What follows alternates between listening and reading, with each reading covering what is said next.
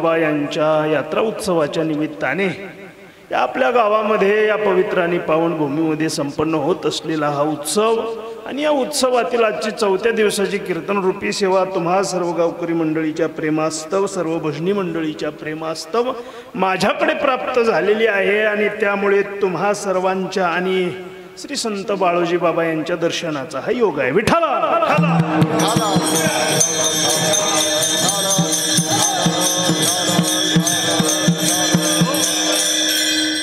सेवेकरता उपस्थित असणारे सर्व परिसरातील गावातील सर्व पंचक्रोशीतील महाराष्ट्रातील नामवंत गायक महाराज मंडळी, कीर्तनकार, गायक, वादक सर्व, त्याचबरोबर माझ्याबरोबर आलेले हरिभक्तीपरायण आकाशजी महाराज पांचाळ आणि तुम्ही सर्व ग्रामस्थ मंडळी, सर्व माता माऊल्या सर्वांच्या चरणी नतमस्तक. विठ्ठल विठ्ठल.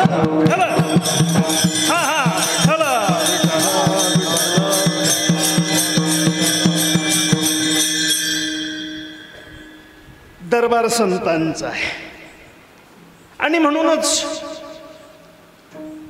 त्यांच्या संगतीचा महिमा प्रतिपादन करावा या अर्थाने हा अभंग या ठिकाणी सेवेकरता निवडण्याचा मानस या ठिकाणी झाला. प्रस्तुत अभंगाद्वारे श्रीमंत श्री जगद्गुरु तुकोबाराय जीवनामध्ये संत भेटीमुळे, संत कृपेमुळे जे स्थित्यंतर झालं त्या स्थितीचं वर्णन महाराज या अभंगातून करतात. विठ्ठला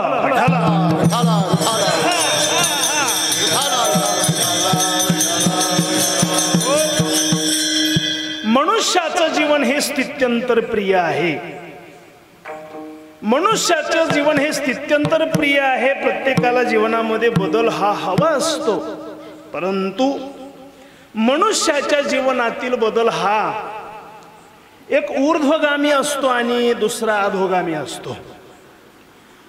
जर मनुष्याला जीवनामध्ये चांगली संगती प्राप्त झाली तर मनुष्याच्या जीवनामधला बदल हा ऊर्ध्वगामी होत असतो आणि जर मनुष्याच्या जीवनामध्ये जर सामान्य संगती प्राप्त झाली तर मनुष्याच्या जीवनामधला हा बदल हा अधोगामी होत असतो. विठ्ठल विठ्ठल.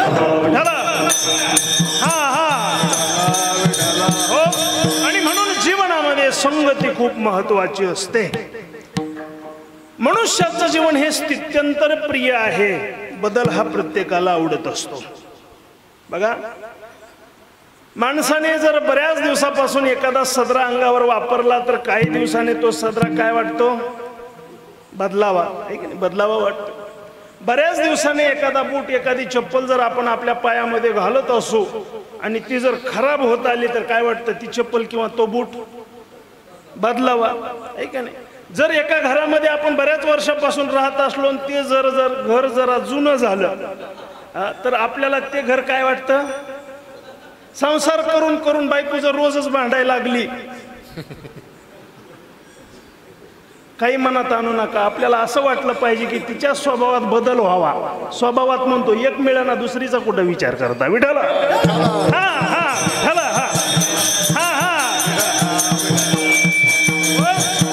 मनुष्याचं जीवन हे स्थित्यंतर प्रिय आहे. जाऊ द्या, कोणाचा दृष्टांत सांगण्यापेक्षा थोरा मोठ्याचं जीवन सांगतो, थोरा मोठ्याचं जीवन सांगतो. या भारताच्या एक महान गायिका होऊन गेल्या ज्यांचं नाव आहे लता दीदी मंगेशकर, ज्यांना भारतरत्न पुरस्कारानं सन्मानित करण्यात आलं. त्या लता दीदी मंगेशकर 26 जानेवारी असू द्या, 15 ऑगस्ट असू द्या, देशभक्तीपर गीत त्यांनी गायलेलं ऐकल्याशिवाय ते वातावरणच तयार होत नाही, की नाही? ए मेरे वतन के लोगो जरा आँख में भर लो पानी, जो शहीद हुए हैं उनकी जरा याद करो कुर्बानी. हे गाणं ऐकल्याशिवाय 15 ऑगस्ट 26 जानेवारी नवे त्या सीमेवर लढणारे जे आमचे सैनिक आहे ना, त्यांचा त्याग आमच्या डोळ्यासमोर उभारल्याशिवाय राहत नाही. ही ज्यांच्या गाण्याची ताकद आहे त्या लता दीदी मंगेशकर. काही वर्षापूर्वी त्यांचं जाणं झालं. बदल माणसाला अपेक्षित आहे यासाठी सांगतो. काही दिवसापूर्वी, काही वर्षापूर्वी त्यांचं जाणं झालं आणि त्या गेल्यानंतर अंत्यविधीची तयारी सुरू होती, परंतु टीव्हीवर त्यांच्या झालेल्या मुलाखती दाखवण्यात येत होत्या. पत्रकारांनी घेतलेल्या मुलाखती दाखवण्यात येत होत्या टीव्हीवर. मी ती मुलाखत पाहत होतो. एका पत्रकाराने लता दीदींना प्रश्न विचारला, म्हणे ताई तुम्ही पुनर्जन्म मानता का? त्यांनी सांगितलं हो मी आस्तिकवादी आहे, मी पुनर्जन्म मानते. मी का नास्तिकवादी थोडीच आहे पुनर्जन्म नाही मानायला, मी पुनर्जन्म मानते. बर ठीक आहे, जर तुम्ही पुनर्जन्म मानत असाल आणि जर तुम्हाला पुढचा जन्म मिळाला तर तुम्हाला काय व्हायला आवडेल? बदल अपेक्षित आहे माणसाला, यासाठी सांगतो. त्यावेळेला लता दीदीने दिलेलं उत्तर महत्वाचं. त्यांनी सांगितलं पुढचा जन्म जर मला मिळाला, माणसाचा मिळाला तर ठीक आहे, मला काय व्हायला आवडेल असं तुम्ही विचारता. गायक होऊन दुसरं काही व्हायला आवडेल, हे लता दीदींचं उत्तर आहे. यावरून असं लक्षात येतं की माणसाला जीवनात बदल प्रिय आहे. विठ्ठला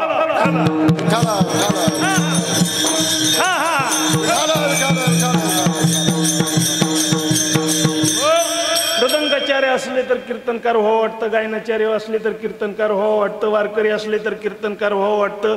मला एक जणांना सांगितलं महाराज आमच्या गावात आता 10 कीर्तनकार आहेत. म्हणलं चांगली गोष्ट आहे. कीर्तन करणं ही चांगली गोष्ट आहे, पण चाकोरीत कीर्तन करणं हे महत्वाचं आहे. विठ्ठला विठ्ठला हा हा हा हा विठ्ठला. आजकाल सगळंच मॉडर्न झालंय, पण कीर्तन मॉडर्न नकोय, परमार्थ मॉडर्न नकोय, भजन मॉडर्न नकोय, आहे का नाही? चाली कशा असल्या पाहिजे? आता कीर्तनात आपण पुढे बघू. चाली सुद्धा कशा असल्या पाहिजे? चाली सुद्धा घासून पुसून चाली असल्या पाहिजे. वारकरी फडकरी चांगल्या चाली, गोड चाली असल्या पाहिजे. सेवा झालेलं भजन असलं पाहिजे. तो का म्हणे ते भजन प्रमाण काय थोरपण जाळावे ते. विठ्ठला विठ्ठला हा हा हा. मनुष्य हे जीवन हे स्थित्यंतर प्रिय आहे, पण स्थित्यंतर जर चांगलं व्हावं असं वाटत असेल तर माणसाच्या जीवनामध्ये संगती चांगली लाभली पाहिजे. बरं का? तुम्ही म्हणाल महाराज जर चुकीची संगती मिळाली तर काय होतं? एक वाक्य बोलतो बघा, संसारामध्ये मोडलेलं चालतं पण परमार्थामध्ये लचकलेलं सुद्धा चालत. बरं का? ऐका, महत्वाचं सांगतो तुम्हाला. संसारात मोडलेलं चालेल परंतु परमार्थामध्ये लचकलेलं सुद्धा चालत नाही. माऊली ज्ञानोबाराय वर्णन करतात, तेवी लचकली या दिठी. काय दृष्टांत आहे ऐका. रामायणातला गोड प्रसंग आहे. रामचंद्र प्रभू आणि सीतामाई वनवासात असताना पर्णकुटीच्या समोर बसलेल्या सीतामाई आणि रावणाने मारीच मामाला पाठवलं. काय होऊन? सोन्याचं हरण. सीतामाई बसलेल्या पर्णकुटी समोर आणि ते हरिण सोन्याचं पर्णकुटी समोरून जातं. मला तुम्हाला विचारायला आवडेल, सोन्याचं का सोन्यासारखं? सोन्यासारखं, सोन्याचं नाही. जर सोन्याचं असतं तर पळालं, आणि जर सोन्याचं पळालं असतं तर तुमच्या बोटातल्या बुद्या आणि त्यांच्या गळ्यातल्या पोती इथं राहिल्या, त्या पळाल्या असत्या. सोन्याचं नाही, सोन्यासारखं होतं. पण बघा, सीतामाई त्या सोन्यासारख्या हरणाची अपेक्षा करतात. प्रभू मला ते हरण, माऊली बोलतात, तेवी लचकली या. काय मोडली नाही नजर सीतामाईची, फक्त लचकली. परिणाम काय झाला ऐका. काय परिणाम झाला? रामचंद्र प्रभू गोड बोलतात, सीते आनंदात होतीस पण तुला काय ह्या अवदसा सुचली म्हणे. अवदसा सुचली ना तिला. काय म्हणे? अगं तू त्या राजमहालापेक्षा कितीतरी पटीने या वनामध्ये तू आनंदी होतीस, कितीतरी पटीने. ऐका, ज्या वेळेला रामचंद्र प्रभूजी वनवासाला निघाले त्यावेळेला सीतामाईने सांगितलं मला सुद्धा तुमच्या बरोबर यायचं आहे. रामचंद्र प्रभूजींनी सांगितलं म्हणे माझ्या बरोबर येऊ नकोस. का? अगं काय त्या वनामध्ये वल्कल धारण करावी लागतील, पायामध्ये काही घालता येणार नाही, आरसा नाही, कंगवा नाही, दागदागिने नाही, झोपायला कोटगादी नाही, हाताखाली नौकर चाकर नाही, काहीच नाही म्हणे. पर्णकुटीत राहावं लागेल, राजमहल नाही, हिंस्र पशु पक्षी सगळा त्रासच आहे ना, नको येऊ माझ्या बरोबर. सीतामाईने सांगितलं म्हणे नाही, जेथे राघव तेथे सीता.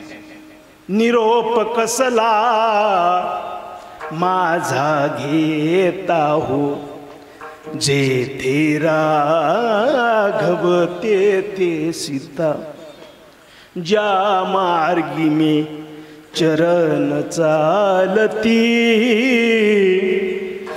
त्या मार्गी मी तुमच्या पुढती.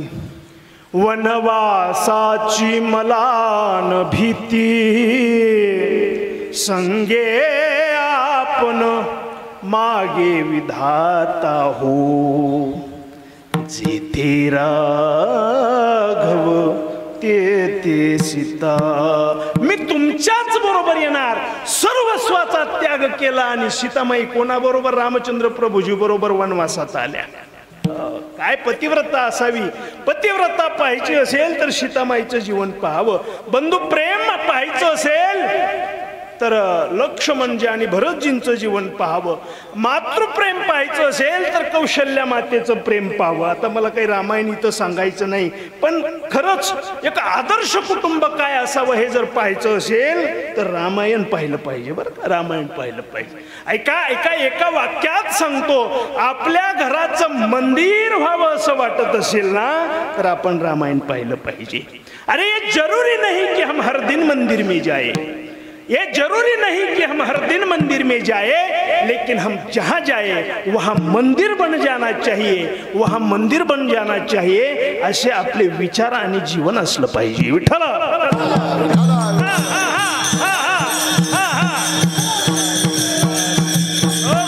बोलूच का. हल्ली मंदिरात खूप गर्दी झाली बरं का. खूप खूप खूप मंदिरात खूप गर्दी झाली. अगोदर कार्तिकी आषाढीलाच गर्दी असायची पंढरपूरला. आता हल्ली महिन्यावारीला सुद्धा दर्शन व्हायची मारामार. इतकी गर्दी झाली मंदिरात. मंदिरात गर्दी झाली तरी सुद्धा भाऊ भावाशी प्रेमाने वागतो का हो? नाही वागत ना. जाऊ जावाशी प्रेमाने वागते का? बापलेकाशी प्रेमाने वागतो का? नाही नाही. ज्या वेळेला अशा घटना आम्ही पेपरमध्ये वाचतो, मोबाईलवर पाहतो, टीव्ही मध्ये पाहतो, असा प्रश्न निर्माण होतो, रामायण याच मातीत जन्माला आलं का? आज के इंसान को ये क्या हो गया, इसका पुराना प्यार कहां पर खो गया. माणसा माणसातलं प्रेम संपलं दादा.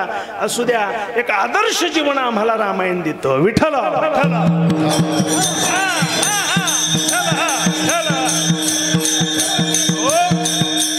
सीतामाई सर्वस्वाचा त्याग करून रामचंद्र प्रभूजी बरोबर वनात येतात. नव्हे नव्हे तुलसीदासजी वर्णन करतात, सीतामाई अयोध्येपेक्षा कितीतरी पटीनं वनामध्ये आनंदी होत्या. का?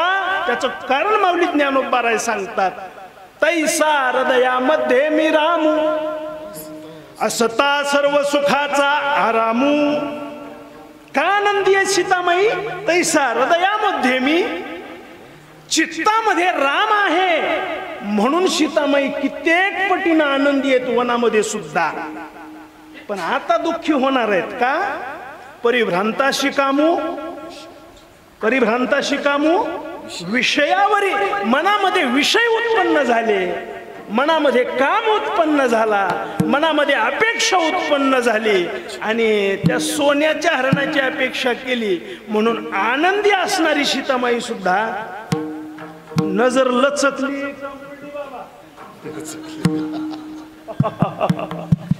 विचार करा, नुसती खोट्या सोन्याच्या हरणाची अपेक्षा केली तर सीतामाईला रावणानं उचलून नेलं. लाखाच्या पुढे भाव जाऊन सुद्धा जर सोनच घ्यावं वाटत असेल तर तुम्हाला कोण उचलून नेईल? ओ कुठवर गेला भाव बाबा? 31 पर्यंत गेला म्हणतात वो, आपल्याला काय माहित नाही. आमच्या महाराज लोकांच्या बायका कावीळ झालेसच पिवळ्या व्हायच्या, असं काही त्यांना सोनं मिळायचं नाही. विठ्ठल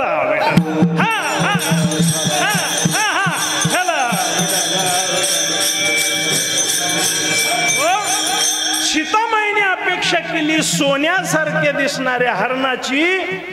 कितीतरी पटीनं वनामध्ये आनंदी असणाऱ्या सीतामाई रावणाच्या लंकेत सोन्याची होती, पण आनंद होता का? ऐका, रामायण वर्णन करतं, सीतामाई ज्या वेळेला त्या अशोक वाटिकेमध्ये बसलेले आहेत ना, खाली पाहतायत, खाली वर नाही, खाली पाहतायत. का? त्याची दोन कारणं सांगितली. दुःखामध्ये माणसाला आईची आठवण येत असते. कोणाची? आईची आठवण येते. म्हणून सीतामाई धराबेटी आहेत. या जमिनीपासून ज्यांचा जन्म झाला त्या धराबेटी आहेत. आणि म्हणून आईची आठवण म्हणून खाली पाहतात सीतामाई. आणि दुसरं कारण, आचरण चुकलं म्हणून चरणाकडे पाहतात. विठ्ठला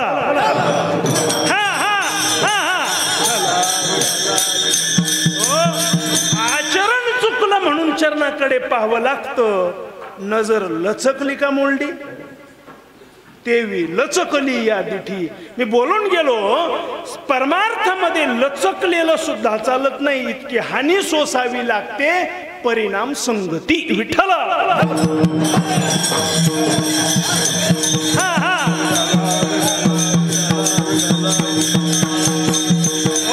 म्हणून आपल्या जीवनामध्ये जर स्थित्यंतर चांगलं व्हावं, योग्य व्हावं असं वाटत असेल तर माणसाच्या जीवनामध्ये संगती चांगली प्राप्त झाली पाहिजे. आपण सगळे शेतकरी आहोत, बरोबर आहे का? आपण सगळे शेती करणारे आहोत. बघा, जर वाईट संगती जर मिळाली तर काय होतं, आणखीन एक दृष्टांत सांगेल जगद्गुरु तुकोबा यांच्या भाषेमध्ये. आता विहिरीतलं पाणी कशानं बाहेर निघतं बाबा? मोटरनं. आता त्यातली त्यात आणखीन सुधारणा झाली, सौर ऊर्जा. ऐका, बघा, पहिल्या काळामध्ये विहिरीतलं पाणी बाहेर काढण्यासाठी, जुना काळ, कशाची मदत? मोटाची. आहे का नाही? मोटानं पाणी बाहेर काढायचं आणि त्याला थारोळ्यात पडायचं ते, आणि थारोळ्यातलं पुन्हा पाटात म्हणा, दांडात म्हणा, जशी भाषा असेल तसं. आता बटन दाबलं, आता ते सौर ऊर्जा असेल तर मोबाईलवरच सुरू करता येतं, बरं का? मोबाईलवर सुरू करता येतं, मोबाईलवर बंद करता येतं काही बा. आणि मग ते बटन दाबलं की पाणी पाईपलाईननं, फेनोलेक्सनं आणलं पाणी, शेत पिकली सोन्यावानी. आता काही अडचण राहिली? डिजिटल शेतकरी झाला, फक्त त्याच्या पिकाला भाव नाही. मी एक सांगू का तुम्हाला, मला याच्यावर खूप खोलात बोलता येईल, पण सगळ्या व्यवस्थेला फक्त शेतकरी पिळून खायला सापडला. बघा, सगळ्या व्यवस्थेला सगळे लोक जर कोणावर जगत असतील तर शेतकऱ्याच्या जीवावर जगतात. तुम्हाला फक्त आपण त्यांना अन्नच देतो यामुळं मी बोलत नाही, तर तुमचा कुठून कुठून कसा कसा पैसा सगळ्या समाज व्यवस्थेला जातो याचे आपल्याला गणित सुद्धा माहित नाही. गणित सुद्धा. ऐका, तुम्ही ऊस पिकवता, ऊस कारखान्याला देता. काय देता? कारखान्याला ऊस देता. तुमच्या ऊसाला भाव मिळतो 3000 रुपये. पकडा 3000 रुपये. कशाचा भाव आहे होतो मला सांगा? ऐका, त्याच्या चोथऱ्या, त्याच्यापासून डिस्लरी, त्याच्यापासून किती उत्पादनं तयार होतात आणि कारखानदार गडगंज होतात. मी म्हणतो, जेवढे शेअर्सवाले शेतकरी त्या कारखान्याचे, सगळ्या शेतकऱ्याला 10 वेळेस विकत घेईल तो कारखानदार. इतकं उत्पन्न तो बाकीच्या प्रोडक्ट्सवर कमवतो, शेतकऱ्याला काही सुद्धा मिळत. सोयाबीनची काय अवस्था चालली? थोडं शेतीवर बोलतोच मी. काय अवस्था चालली सोयाबीनची? माझ्याकडे 6 बॅग सोयाबीन आहे. 6 बॅग सोयाबीन आहे. सोयाबीन व्हायली 1.5 लाखाची आणि खर्च झाला ₹1,00,000. किती झाला खर्च? ₹1,00,000. त्याच्यामध्ये घरचे कोणाचेच कष्ट, पेट्रोल, काही काम धरलं? अजिबात धरलं नाही. हे सगळं बाहेरचं आहे. बाहेर जेवढा खर्च झाला तेवढाच लाखाचा आहे. 50,000 काय पदरात पडलं मला सांगा? मी खरं सांगू का? शेती करूच नाही, कमीत कमी दुसऱ्यासाठी तरी करू नये या मतापर्यंत मी आलो.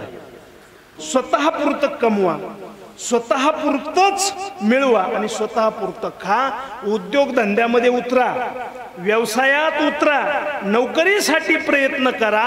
शेती करत बसला तर तुमच्या जीवावर लोक जगणार आहेत, तुम्हाला पिळून खाणार आहेत. विठ्ठला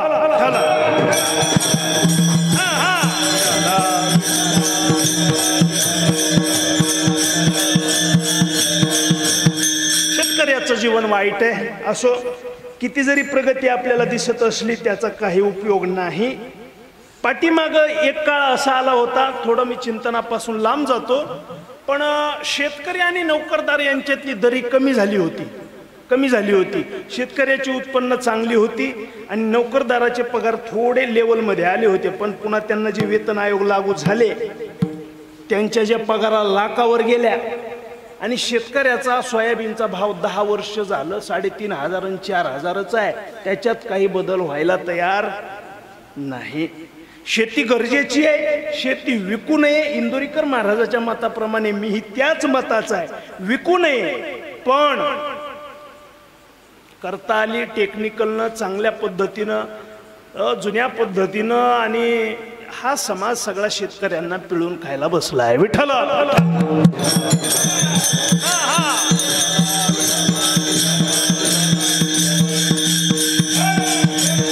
खूप बोलण्यासारखं या विषयावरलं, तुम्ही त्याच्यातले तज्ज्ञ आहात, असू द्या जाऊ द्या, विषय तो माझा नाही. पहिला काळ होता, मोठानं पाणी काढायचं, थारोळ्यात पडायचं, थारोळ्यातून ते पाणी पाटानं दांडानं जे पीक असेल त्या पिकाला, गहू असला गव्हाला, वांगी असली वांग्याला, ऊस असला ऊसाला, कांदी असली कांद्याला, गांजा असला, गांजा नसतो म्हणा शेतकऱ्याकडं, तिकडं होता आमच्या इकडं, आमच्या पलीकडं गांजा नव्हता, ते दुसरं पीक होतं. असू द्या. आणि बघा काय शोकांती काय, पुन्हा मी शेती विषयावर 1 मिनिटासाठी येतो. दुसरं काहीतरी लावलंय म्हणल्यानंतर 5 मिनिटात, 10 मिनिटात, अर्ध्या तासात पंचनाम्याला येणारी, आताच्या महापुरात किती शेतकरी वाहून गेले तरी कोणी पंचनाम्याला आलं नाही. ही शोकांती काय. विठ्ठल हा हा विठाला. ते पाणी त्या दांडामधून शेतकरी जिकडं नेतो तिकडं जातं. महाराज प्रमाण देतात, माळी जेऊ ते नेले तेऊ ते निवांत चिठीले. माळी जिकडं पाण्याला घेऊन जातो ते पाणी काय होतं, तिकडं जातं, त्या दांडाने, त्या पाटाने. पण त्या पाटामध्ये एखादी काडी यावी आणि आडवी बसावी, एखादी काडी यावी आणि आडवी बसावी. मग ती काडी काही एकटी गप बसत, ती काडी हळूहळू महाविकास आघाडी तयार करते. कळलं का. पाला आला ये, पाचोळा आला ये, फुरसाना आलं ये, हळूहळू ती काटकी असा तुंबाडा तयार करते. काय करते, तुंबाडा तयार करते. आणि ऐका, ते योग्य मार्गानं चाललेलं पाणी त्या तुंबाड्यामुळं काय होतं, फुटतं. आणि भलत्या मार्गाला ते पाणी काय होतं, जातं. ऐका, योग्य मार्गानं चाललेलं पाणी त्या तुंबाड्याची संगती लाभली म्हणून वाम मार्गाला जातं. महाराज म्हणतात हा संगतीचा महाराजांचं प्रमाण आहे. आड पडे काडी तरी ते बहुते पाणी फोडी, तैशी दुर्जन संगती अनेकांचे घात. महाराज आणखीन सांगतात, पतन उद्धार संघाचा महिमा हे पाठातलं प्रमाण आहे. त्याच्यावे अधमा संत सेवी. म्हणून जीवनामध्ये आपल्या स्थित्यंतरासाठी संगती खूप महत्वाची आहे. संगती खूप महत्वाची आहे. संगती चांगल्याची करा, वाईटाची करू नका. काय हो महाराज, सहज लक्षात आलं म्हणून सांगतो.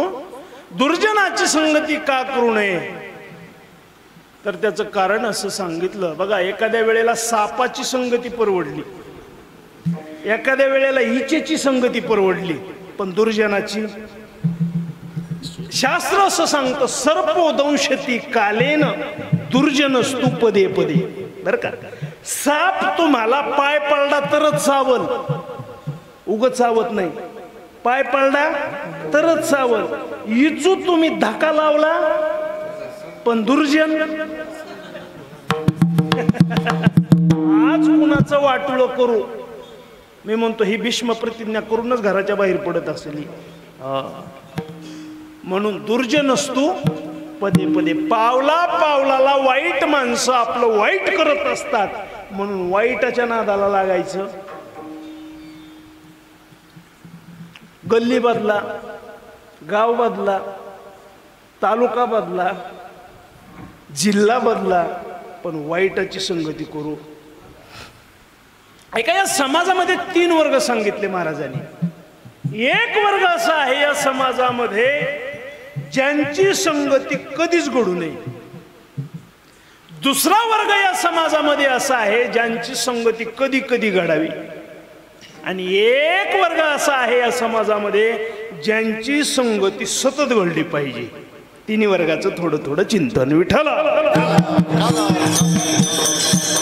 हा हा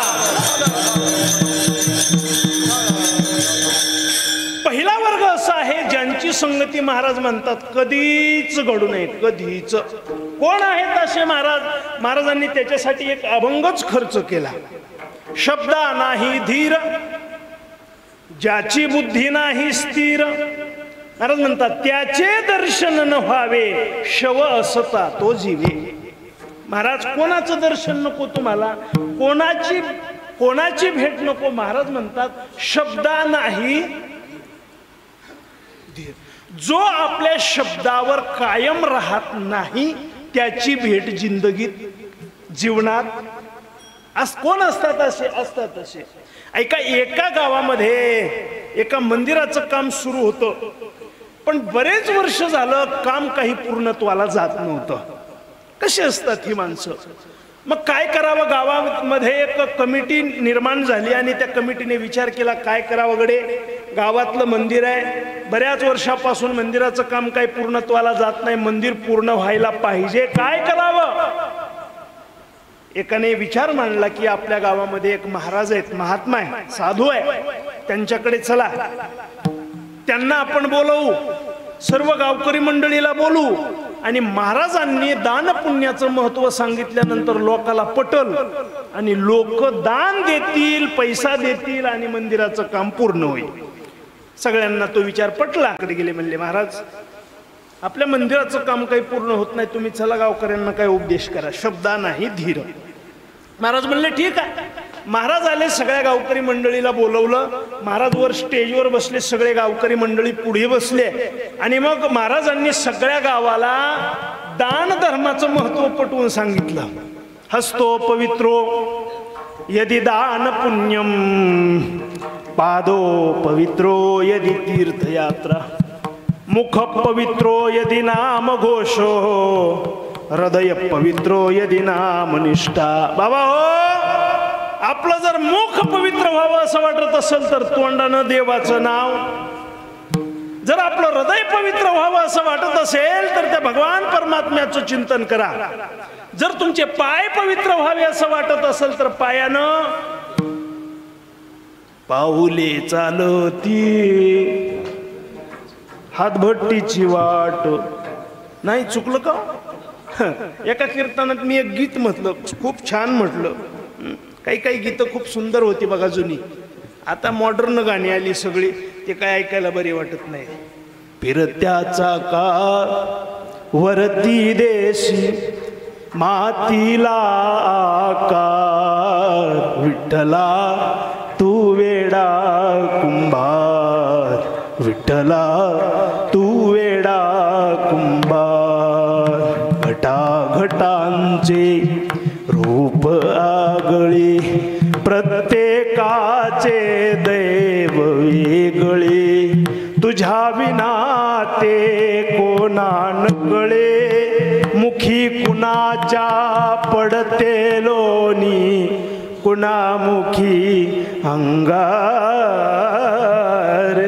तू वेडा कुंभार, विठ्ठला तू वेडा कुंभार. हे गीत लावली ना, ही भावगीत लावली ना, लोक मंडपाकडे यायची बघा, ओढ लागायची. आताची गाणी बदलली महाराज, आताची गाणी बदलली. एक गीत भावगीत मी सुंदर होतं ते म्हटलं, विठ्ठला विठ्ठला विठ्ठला.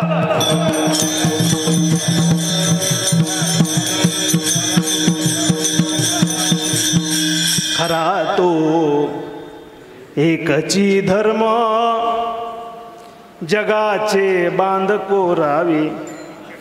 चुकलं का? बरोबर आहे की नाही? करा तो एकची धर्म, भावाचे बांध कोरावे. काय बंधुप्रेम होतं. रामायण सांगतो आणखीन एकदा तुम्हाला. ज्यावेळेला रामचंद्र प्रभू चित्रकूट पर्वतावर गेले आणि सगळेजण येऊन भेटून गेले आणि सगळ्यात शेवटी वनदेवी भेटायला आली रामचंद्र प्रभूजींना. प्रणाम केला आणि म्हणे मला काहीतरी सेवा द्या. रामचंद्र प्रभूजींनी सांगितलं सगळं झालंय, मला फळं कंदमुळं सगळे आणून दिलेत, पर्णकुटी तयार झाली, सडा संवर्जन झालंय, सगळं झालंय, आता काही काम शिल्लक राहिलं नाही. त्या वनदेवीनं सांगितलं नाही नाही मला काहीतरी सेवा द्या. रामचंद्र प्रभू म्हटले तुला सेवाच पाहिजे ना, एक काम कर, या चित्रकूट पर्वताकडे येणारी जी वाट आहे ना ती वाट तेवढी स्वच्छ कर म्हणे, झाडून घे. का? त्या वाटेवर काटे आहेत म्हणे. त्या वनदेवीला प्रश्न पडला, प्रभू आता तुम्ही तर चित्रकूट पर्वतावर आले, तुम्ही या चित्रकूट पर्वतावर आता 12 वर्ष राहणार आहेत. किती? 12 वर्ष राहणार आहेत. आता तुम्ही त्या वाटेने परत जाणार, मग वाट स्वच्छ कशासाठी करायची? त्यावेळेला रामचंद्र प्रभूजींनी सांगितलं, ऐक ना वनदेवी, या वाटेने मी परत जाणार नाही, पण माझा भरत, माझा भाऊ मला भेटायला येणार आहे या वाटेने. ऐक ना वनदेवी, तो येत असताना मी अनवणी आलो ना, तो राजा अयोध्येचा, तरी सुद्धा तो पायात काही घालणार, तो रथात बसून येणार नाही ग वनदेवी, तो उलट गुडघ्यावर चालत येईल बघ. इतकं माझ्यावर प्रेम आहे माझ्या भावाचं, मी भावाचं प्रेम सांगतो, म्हणून ती वाट स्वच्छ कर. वनदेवीनं प्रभूला पुन्हा प्रश्न केला, अहो भरत तर वज्रदेही आहे ना, वज्रदेही तो, त्याला काय होणार? त्याच्या पायाला, त्याच्या काट्यांना काय होणार? रामचंद्र प्रभूजींनी सांगितलं त्याच्या पायाला काहीच होणार नाही, पण त्याच्या पायाला काटा टोचल्यानंतर तो मनात असा विचार करील, या वाटेने माझा दादा अनवणी पायाने गेला, त्याला किती काटे टोचले असतील, आणि हे दुःख त्याला होईल ना, ते दुःख मला सहन होणार. याला म्हणतात बंधुप्रेम. माझ्या भरताला होणारं दुःख मला सहन होणार नाही, म्हणून तू ती वाट स्वच्छ कर. याला म्हणतात बंधुप्रेम. विठाल विठाल. हा हा हा.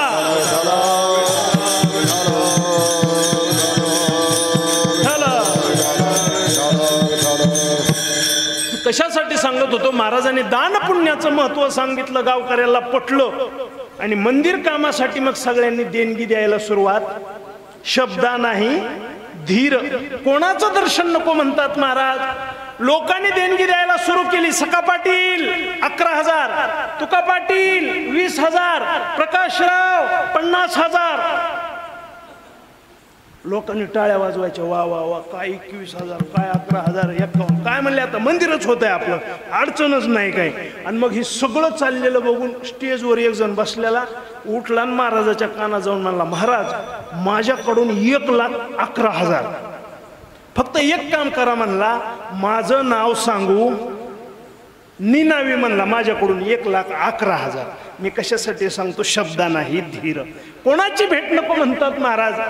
महाराजांनी सांगितलं, आपल्या या मंदिराच्या कामासाठी आपल्या गावातील एका भाविकाने निनावी गुप्तदान 1,11,000ची पावती फाडली. हो, लोकांनी कडकड कडकड कडकड टाळ्या वाजविल्या, आणि लोकांच्या टाळ्या ऐकून याचा असा ऊर भरून आला. याला राहावंच ना. उठला महाराजाच्या जवळ गेला, म्हणे महाराज आता फक्त एवढंच सांगा, ज्या भाविकाने 1,11,000चं गुप्तदान दिलंय तो आता आपल्या स्टेजवर उपस्थित आहे. महाराज म्हणले, मग नाव सांग ना त्याच्यापेक्षा. नाही नाही नाही नाही नाही, मी नावाला महत्व देत. बरं म्हणले महाराज, ठीक आहे, ज्या भाविकाने 1,11,000 रुपयाची देणगी दिली तो भाविक आता आपल्या स्टेजवर उपस्थित आहे. लोकांनी कडकड कडकड कड टाळ्या वाजवल्या. ही टाळ्या ऐकून पुन्हा याला राहवाना, पुन्हा महाराजापाशी गेला. म्हणे, महाराज आता एवढंच म्हणा, ज्या भाविकानं आपल्या मंदिरासाठी 1,11,000ची देणगी दिली ना, ते सद्ग्रस्त स्टेजवर 3 नंबरच्या खुर्चीत बसलेले आहेत. महाराज म्हणले, त्याच्यापेक्षा नाव सांग ना. नाही नाही, मी नावाला महत्व देत, शब्दा नाही धीर. महाराज म्हणले, ठीक आहे बा. मग महाराजांनी सांगितलं, ज्या भाविकाने 1,11,000 रुपये देणगी या मंदिरासाठी दिली ते आता या ठिकाणी स्टेजवर आणि 3 नंबरच्या खुर्चीमध्ये बसले. लोकांनी पुन्हा टाळ्या वाजवल्या. याला बरं वाटलं. सभा मिटिंग मोडली, सगळे घरी गेले. मी नावाला महत्व देत, शब्दा नाही धीर. 6 महिने झाले. कमिटीने ठरवलं आता काम सुरू करायचंय. चला म्हणले, ज्यांना 1,11,000 दिले त्याच्याकडं. हे गेले त्याच्याकडं. म्हणले, साहेब तुम्ही 1,11,000 मंदिरासाठी दिले, म्हणले द्या ना आता तेवढे पैसे, उद्या काम सुरू करायचं, खडी सिमेंट आणायचं म्हणले. त्यानं सांगितलं ठीक आहे. त्यानं चेक लिहून दिला, खरखर खरखर 1,11,000 म्हणला घ्यांचा. गेली कमिटी बँकेत, मॅनेजरकडे चेक दिला. मॅनेजर म्हणला चेक वटत. काय झालं म्हणले, ह्याच्यावर नावच नाही म्हणले कुणाचं, कसं चेक वटल. हे आले चेक घेऊन त्याच्याकडं, शब्द नाही ही चेक घेऊन आले महाराज. कमिटी त्याच्याकडे म्हणले काय राव साहेब म्हणले, हे बघा हे तुम्ही चेक दिला, चेकच वटाना ना. ती म्हणला कस काय, तुमचं नावच नाही म्हणलं ह्याच्यावर. ती म्हणला मी आधीच सांगितलं मी नावाला महत्व दे, मग का माती देतो का. शब्द नाही धीर. असे काही काही नमुने गावोगावी असतात. महाराज म्हणतात त्याचे दर्शन न व्हावे शव असता तो जीवे. विठ्ठल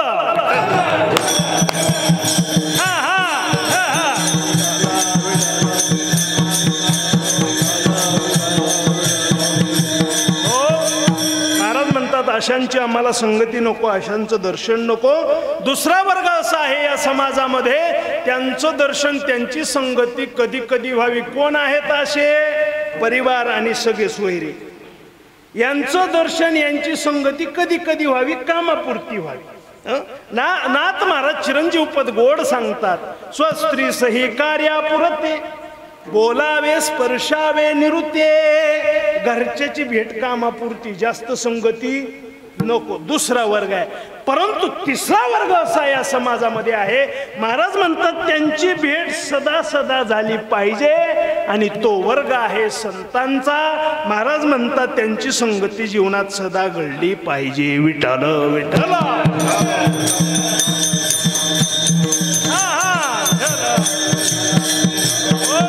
महाराज म्हणतात अशा संतांची संगती आम्हाला आमच्या जीवनामध्ये घडली. परिणामी आमच्या जीवनामध्ये जो बदल झाला, त्या बदलामुळे आमच्या जीवनामध्ये चांगलं स्थित्यंतर घडलं. अभंगाचं 4थं चरण. तुका म्हणे श्रम केला अवघा आला पळासी. संतांची भेट जीवनामध्ये सहज घडत नाही. चिंतन आपल्याला माहित आहे, पाठातल्या ओव्या आहेत. चंद्रामृत सुखे सेववेल असता जाता रवी धरवेल, बाह्य हेळा सागर तरवेल, परी त्या साधूची भेटी. ऐका, थोडं पुढे जाऊन बोलतो. एखाद्या वेळेला देवाची भेट होईल, पण साधूची भेट होईलच असं. साधूची भेट कठीण आहे बरं, आणि जरी झाली तरी ते कळेलच असं. ऐका, रामायणातला गोड प्रसंग आहे. भरतजी रामचंद्र प्रभूजींना भेटण्यासाठी चित्रकूट पर्वताकडे जात असताना वाटेमध्ये भारद्वाज मुनींचं दर्शन झालं. संतांची भेट किती दुर्लभ आहे का. देवाची भेट होईल पण संतांची नाही. भारद्वाज मुनींनी पाहिल्याबरोबर भरतजींना वंदन केलं. म्हणले प्रणाम महाराज. भरतजी म्हणतात मला का वंदन करता. अहो तुम्हाला वंदन करतो याचं कारण आहे तुम्ही साधू आहात, संत आहात, महात्मे आहात. भरतजींनी सांगितलं मी साधू नाही, संत नाही, महात्मा नाही, माझ्यासारखा पापी या जगात का. माझ्यामुळे माझा दादा वनवासाला गेला, माझ्यामुळे माझी आई विधवा झाली, माझ्यामुळे माझे वडील स्वर्गवासी झाले. माझ्यासारखा पापी कोणी या जगात नाही. मी साधू नाही, मी संत नाही. मला असं वाटतं भरतजी सारखं प्रत्येकाने अगोदर आपल्यातले अवगुण पाहिले पाहिजेत. काय पाहिले पाहिजे, अवगुण, आणि समोरच्यातले गुण माणसाने पाहिले पाहिजे. जर आपण अशा पद्धतीने जीवन जगलो तर मला वाटतं जगात अवगुणच राहणार. पण आपलं चाललंय उलट. आपण पाहतो आपल्यातले गुण आणि दुसऱ्यातले. प्रत्येकाला असं वाटतं मी गुणीन दुसरा. ऐका, जगद्गुरु तुकोबाराय म्हणतात मला माझ्यातले अवगुण दिसतात. माझे मज कळो येती अवगुण, माझे मज कळो येती अवगुण. काय करू मन, काय करू मन अनावर, माझे मज कळो येती अवगुण, माझे मज कळो येती अवगुण. मी साधू नाही, मी संत नाही. त्यांनी सांगितलं तसं नाही, तुम्हीच साधून तुम्हीच महात्मे. कशावरून. ऐका, प्रक्रिया ऐका, गोड प्रक्रिया आहे. रामायण सगळ्याला पाठ आहे, पाठ आहे की नाही? लहान लेकराला सुद्धा रामायण पाठ आहे. दशरथ आणि कौशल्याचा मुलगा राम, रामाची पत्नी सीता, रावणाने सीतेला नेलं, रामाने रावणाला मारलं, झालं रामायण. सगळ्याला पाठ आहे. पण कथेचा भाव आपण काय पाहतो हे महत्वाचं आहे. भारद्वाज मुनी सांगतात, तुम्ही साधू, तुम्ही संत, तुम्हीच महात्मे. कशावरून ऐका. अनेक वर्षापासून मी या मनामध्ये, या दंडकारण्यामध्ये तपश्चर्या करतो, देवाचं नामचिंतन घेतो. संताच्या समाधीसमोर, साधूच्या समाधीसमोर संत संगतीचं, संत भेटीचं महत्व मला तुम्हाला सांगायचंय. आणि म्हणूनच हा अभंग चिंतनासाठी आहे. भारद्वाज मुनी म्हणतात, मी अनेक दशकापासून या ठिकाणी देवाचं नामचिंतन करतो. मला प्रश्न असा पडला होता, देवाच्या नामचिंतनाचं काय फल आहे. अनेक वर्ष हा प्रश्न माझ्या मनात होता. पण काही दिवसापूर्वी या प्रश्नाचं उत्तर मला मिळालं. काय मिळालं? याच मार्गाने रामचंद्र प्रभूजी चित्रकूट पर्वतावर गेले, मला त्यांची भेट झाली. माझ्या प्रश्नाचं उत्तर मला मिळालं, नामचिंतनाचं फल देवाची भेट आहे. ऐकता, एक प्रक्रिया संपली. बर ठीक आहे, मी साधू, मी महात्मा कशावरून? ऐका, ज्या दिवशी रामचंद्र प्रभूजीची देवाची भेट झाली त्या दिवसापासून पुन्हा माझ्या मनामध्ये प्रश्न असा निर्माण झाला, नामचिंतनाचं फल देवाची भेट आहे, तर देवाच्या भेटीचं काय फल आहे? आज तुमच्यासारख्या साधूची भेट झाली आणि तोही प्रश्न मला सुटला, त्याचं उत्तर मला मिळालं. ऐका, नामचिंतनाचं फल काय आहे? तर देवाची भेट आहे. आणि देवाच्या भेटीचं काय फल आहे? तर ती साधूची बहुअवघड आहे संत भेटी, बहुअवघड आहे संत भेटी, बहुअवघड आहे संत भेटी, बहुअवघड आहे संत भेटी.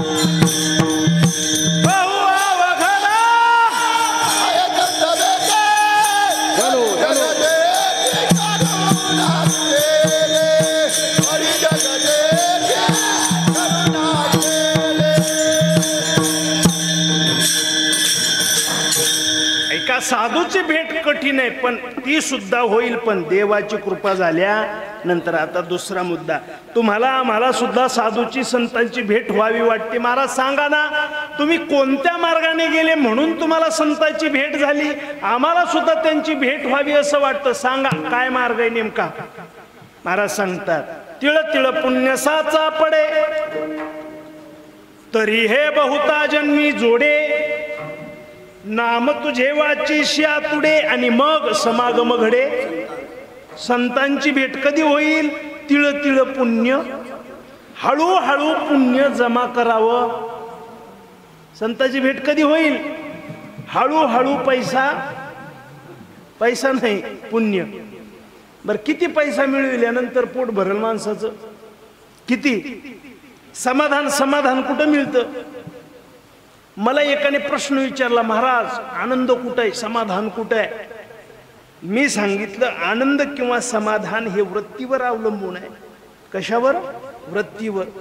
एखाद्याकडे किती जरी कोटी असले तरी तो आनंदी असेलच असं? समाधान किंवा आनंद हा मनाच्या अवस्थेवर अवलंबून आहे. चिंतन लक्षात घ्या. समाधान कशावर अवलंबून आहे? मनाच्या अवस्थेवर. ऐका, एखाद्याकडे 100 एकर जमीन असून सुद्धा तो जर दुसऱ्याचे बांध टुकरीत असेल, समजावं याच्यासारखा भिकारी कुठं? याच्यासारखा भिकारी. आणि एखाद्याकडे काहीच नसू द्या, काहीच नसू द्या, पण त्याला जर वाटणी चालत असताना 50 रुपये सापडले आणि तो जर ज्याचे सापडले त्याला नेऊन देत असेल ना, समजा त्याच्यासारखा श्रीमंत या जगात कोणी नाही. कोणी नाही त्याच्यासारखं या जगात श्रीमंत. ऐका, सुदामजीकडे काहीच नव्हतं बघा. काय होतं मी सांगत असतो, 18 विश्व दारिद्र्य होतं सुदामजीकडे. 18 विश्व. 18 विश्व म्हणजे काय? 18 गुणिले 20 किती झालं? 360 वर्षाचे दिवस. 360 म्हणा किंवा 365 वर्षात कधी खायला मिळेल आणि कधी उपाशी झोपावं लागेल हे सांगता येत नाही. असं ज्यांचं जीवन ते सुदामजी. पण प्रसन्न होते, बरं प्रसन्न होते. सुदामजीचं वर्णन श्रीमद भागवतामध्ये खूप गोड आलंय. सतत ते प्रसन्न होते. माणसाने प्रसन्न राहिलं पाहिजे, आनंदी राहिलं पाहिजे. आनंद या जीवनाचा सुगंधा परी दरवळावा. आनंद या जीवनाचा सुगंधा परी दरवळावा. पाव्यातला सूर जैसा ओठातून ओघळावा. आनंद या जीवनाचा सुगंधा परी दरवळावा. माणसाने आनंदी असलं पाहिजे. ऐका, कशासाठी सांगत होतो? तिळ तिळ पुण्य साचा पडे. माणसाने थोडं थोडं पुण्य जमा केलं पाहिजे. पण माणसं आजकाल पैसा जमवायला पळतात. माऊलीची एक ओवी आहे, म्हणती संसारी जन्मीजे यज्ञाधिक कर्म कीजे मग स्वर्ग सुख भोगीजे. ही ओवी लिहिली माऊलीने पहिल्या काळातल्या लोकांची काय क्रिया होती हे पाहून. आहे की नाही? म्हणती संसारी यज्ञ यागादी कर्म करायचं हे काम होतं पूर्वीचं. आता मला वाटतं ती ओवी कशी लावावी लागेल या लोकांची धावपळ बघून. बदल. म्हणती संसारी जन्मीजे जसा मिळेल तसा पैसा गोळा कीजे. बर सोबत नेता येतो का मग कुणाला? मग काय करतात? बँकेत ठेवून मरीजे मनोहर. आहे की नाही? काय कुणाच्या कफनला किस्सा. क्या भरोसा है इस जिंदगी का, क्या भरोसा है इस जिंदगी, साथ देती नहीं वो किसी का, क्या भरोसा है इस जिंदगी. सांस रुक जाएगी चलते चलते, शम्मा बुझ जाएगी जलते जलते. जिथं आपलं श्वासावर नियंत्रण नाही तिथं पैसा काय कमवणार आपण दादा. दम निकल जाएगा रोशनी का, क्या भरोसा है इस जिंदगी. तिळ तिळ पुण्य साचा पडे. थोडं थोडं पुण्य जमवा. कसं जमवता येईल थोडं थोडं पुण्य? आपल्या गावामध्ये संत बाळोजी बाबा यांच्या यात्रेच्या उत्सवाच्या निमित्ताने सप्ताह चालू आहे. आणि मग आपण त्या ठिकाणी गेल्यानंतर काही लोक जर भाविक जेवले असतील आणि 2-4 पात्र जर उचलायचे राहिले असतील तर आपण जाऊन ते 2-4 पात्र काय करावे? बोला. उचलावे. काय करावे? उचलावे. तिळ तिळ पुण्य साचा पडे. आपण या कीर्तन महोत्सवाकडे येत असताना वाटेमध्ये जर कुठं काटा पडलेला दिसला तर तो काटा काय करावा? कोणाच्या पायात मोडाल ना तो काटा उचलावा. बरोबर? काटा काय करावा? उचलावा. कीर्तन मंडपाकडे येत असताना मोठा खडा असा दगड असा वाटेत दिसला, कोणाला ठेस लागल असं वाटलं, कोणाच्या पायाला तो लागल असं वाटलं तर तो दगड काय करावा? कीर्तन मंडपात आल्यानंतर एखाद्याचा नवा चप्पल जोडा दिसला तो उचलू नये. उचलू नये. तिळ तिळ पुण्य साचा पडे. काय असतं बघा, क्रिया छोटी असते. मला एक तुम्हाला सांगावं वाटेल, माणसाला पुण्य करण्यासाठी जास्त कष्ट करण्याची गरज नाही. माणसाला पुण्य सहज करता येतं, पाप ठरवून करावं लागतं. वाक्य लक्षात येतं का? पाप करणं सोपं नाही, पाप ठरवून करावं लागतं. नाही नाही, एखाद्याचं बांध कोरायला सहज जाणं होतं का? त्याला ठरवावं लागतं, असं मन घट्ट करावं लागतं. खोटं असताना सुद्धा माझंच खरं हे सांगता आलं पाहिजे, त्यावेळेला ते होतं. पुण्य हे सहज होतं महाराज, सहज. एका गावामध्ये मी कीर्तनाला गेलो, सहज होतं पुण्य. सकाळची वेळ काल्याचं कीर्तन होतं आणि लवकर गेल्यामुळे जेवणाची वेळ झालीच होती. घरात सुनबाई स्वयंपाक करत होती. पुण्य सहज होतं यासाठी सांगतो. महाराज जेवणार का? हो जेवणार ना. वाढू का जेवायला महाराज? हो वाढा. मला जेवायला वाढलं, मी जेवण केलं. सासू ढाळजात बसलेली होती. सुनानं सासूला विचारलं, सासूबाई जेवायला वाढू का? तिळ तिळ पुण्य साचापडे. हो वाढणं सुनबाई जेवायला. सुनानं जेवायला वाढलं सासूला. आणि नेमकं भाजीमध्ये मीठ कमी पडलं होतं. भाजीमध्ये मीठ कमी पडलं होतं. 10 वर्षाचं पोरगं अभ्यास करत होतं समोर. सासूनं सहज मीठ मागायला पाहिजे होतं, सुनबाई मीठ कमी पडलंय, मला मीठ आणून. पण ऐका सासूचं उत्तर, बाळ्या काय करतोस? ते पोरगं अभ्यास करते 10 वर्षाचं. जी स्वयंपाक करते तिचं पोरगं, हिचा नातू, मी बघतोय. बाळ्या काय करतोस? काही नाही आजी, अभ्यास करतोय. बरोबर बाळ्या, अभ्यास करून काय होईल? काही नाही आजी, चांगले मला मार्क पडतील. बरोबर बाळ्या, चांगले मार्क पडून काय होईल? काही नाही आजी, मला चांगला नंबर मिळेल शाळेमध्ये. बरोबर बाळ्या, चांगला नंबर मिळून काय होईल? आजी मी मेरिट मध्ये येईल. बरोबर बाळ्या, मेरिट मध्ये येशील. मेरिट मध्ये येऊन काय होईल? आजी आजी मला चांगली नोकरी लागल. बरोबर बाळ्या, नोकरी लागल्यास काय होईल? आजी आजी मला नोकरी लागल्यास चांगला पगार मिळेल. बरोबर बाळ्या, चांगला अभ्यास कर, चांगले मार्क पडू दे, मेरिट मध्ये येऊ दे, नोकरी लागू दे. आणि पहिला पगार मिळाला ना, घरात मिठाचा पुडा आण, आपल्या घरात दुष्काळ पाळलाय.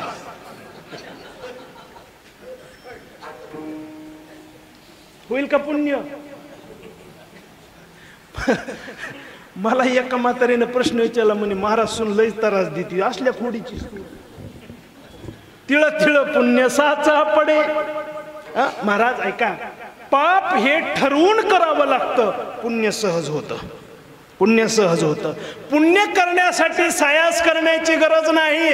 चांगलं बोलले झालं पुण्य, चांगलं वागले झालं पुण्य, कोणाला सत्कर्म करू लागले झालं पुण्य, केलं कोणाला केलं झालं पुण्य. बाबा गोड बोला, चांगलं बोला, साच आणि मवाळ, मिथुले आणि रसाळ, शब्द जैसे कल्लोळ, बोलू ऐसे बोले, जेने बोले विठ्ठल डोले, जेने बोले विठ्ठल डोले, बोलू ऐसे बोले. माणसानं चांगलं बोललं पाहिजे, हो चांगलं बोललं पाहिजे.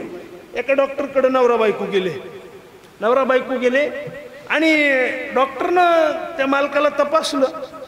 अहो काळजी घेत जा, वय झालं तुमचं, जर तुम्ही काळजी नाही घेतली तर असा पैसा खर्च करावा लागतो. पैसा खर्च करण्यापेक्षा काळजी घ्या, तब्येत चांगली राहील. आता त्या बाईनं काय बोलायला पाहिजे होतं? ती बाई म्हणी, अहो डॉक्टर साहेब किती दिवसापासून मी मालकाला सांगते तब्येतीची काळजी घ्या, नाही तब्येतीची काळजी घेतली तर असं डॉक्टरच्या मड्यावर पैसे लागतात. कळतं का तुम्हाला काही? इतकं खरं बोलले त्या काही काही जणी महाराज. अरे चांगलं बोला, साच आणि मवाळ, गोड बोला माणसानं. तिळ तिळ पुण्य साचा पडे, तरी हे बहुता जन्मी जोडे. मग काय होईल याने? नाम तुझे वाचेशी आतुडे. त्या देवाचं नाम तुमच्या वाणीला आल्याशिवाय राहणार नाही. आणि मग समागम घडे. बहुत सुकृताची जोडी म्हणून विठ्ठले. जर मुखामध्ये त्या भगवान परमात्म्याचं नाम नसेल तर आपल्या जीवनाला अर्थ नाही. कोप नीर बिना हस्ती दंत बिना, ये नारी पुरुष बिना, सुमिरन करले सुमिरन करले, सुमिरन करले मेरे मना तेरी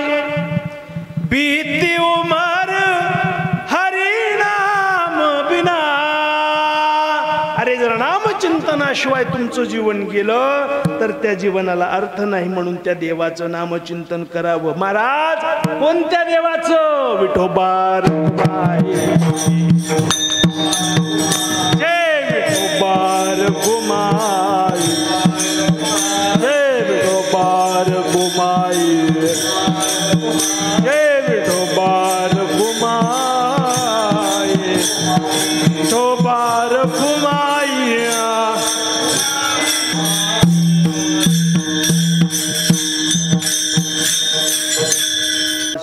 आम्ही श्रम केला आणि त्याचं फळ आम्हाला मिळालं. साधूची भेट झाली.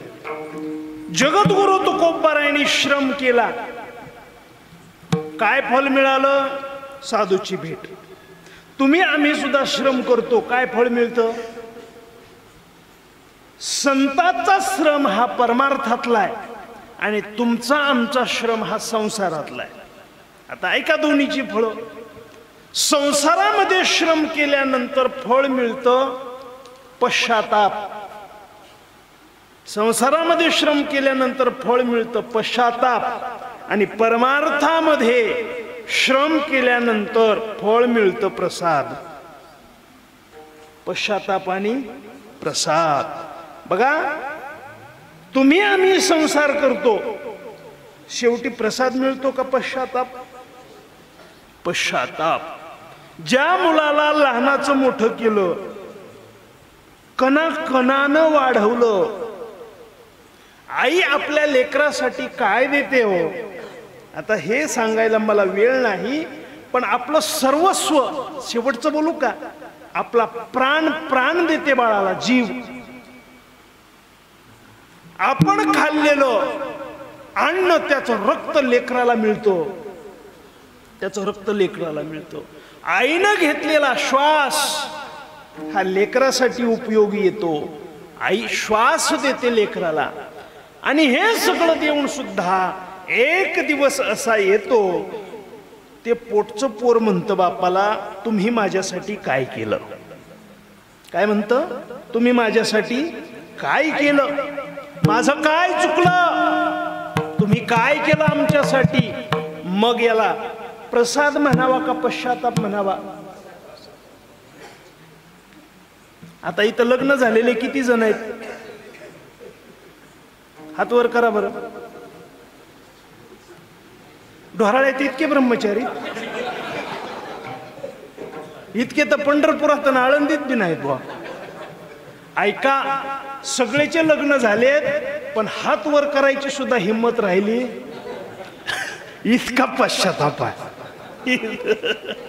इतका पश्चाताप. ऐका, मला वाटतं दिवसातून एकदा तरी लग्न झालेल्याला वाटत असेल, नसतं केलं तर नसतं केलं तर.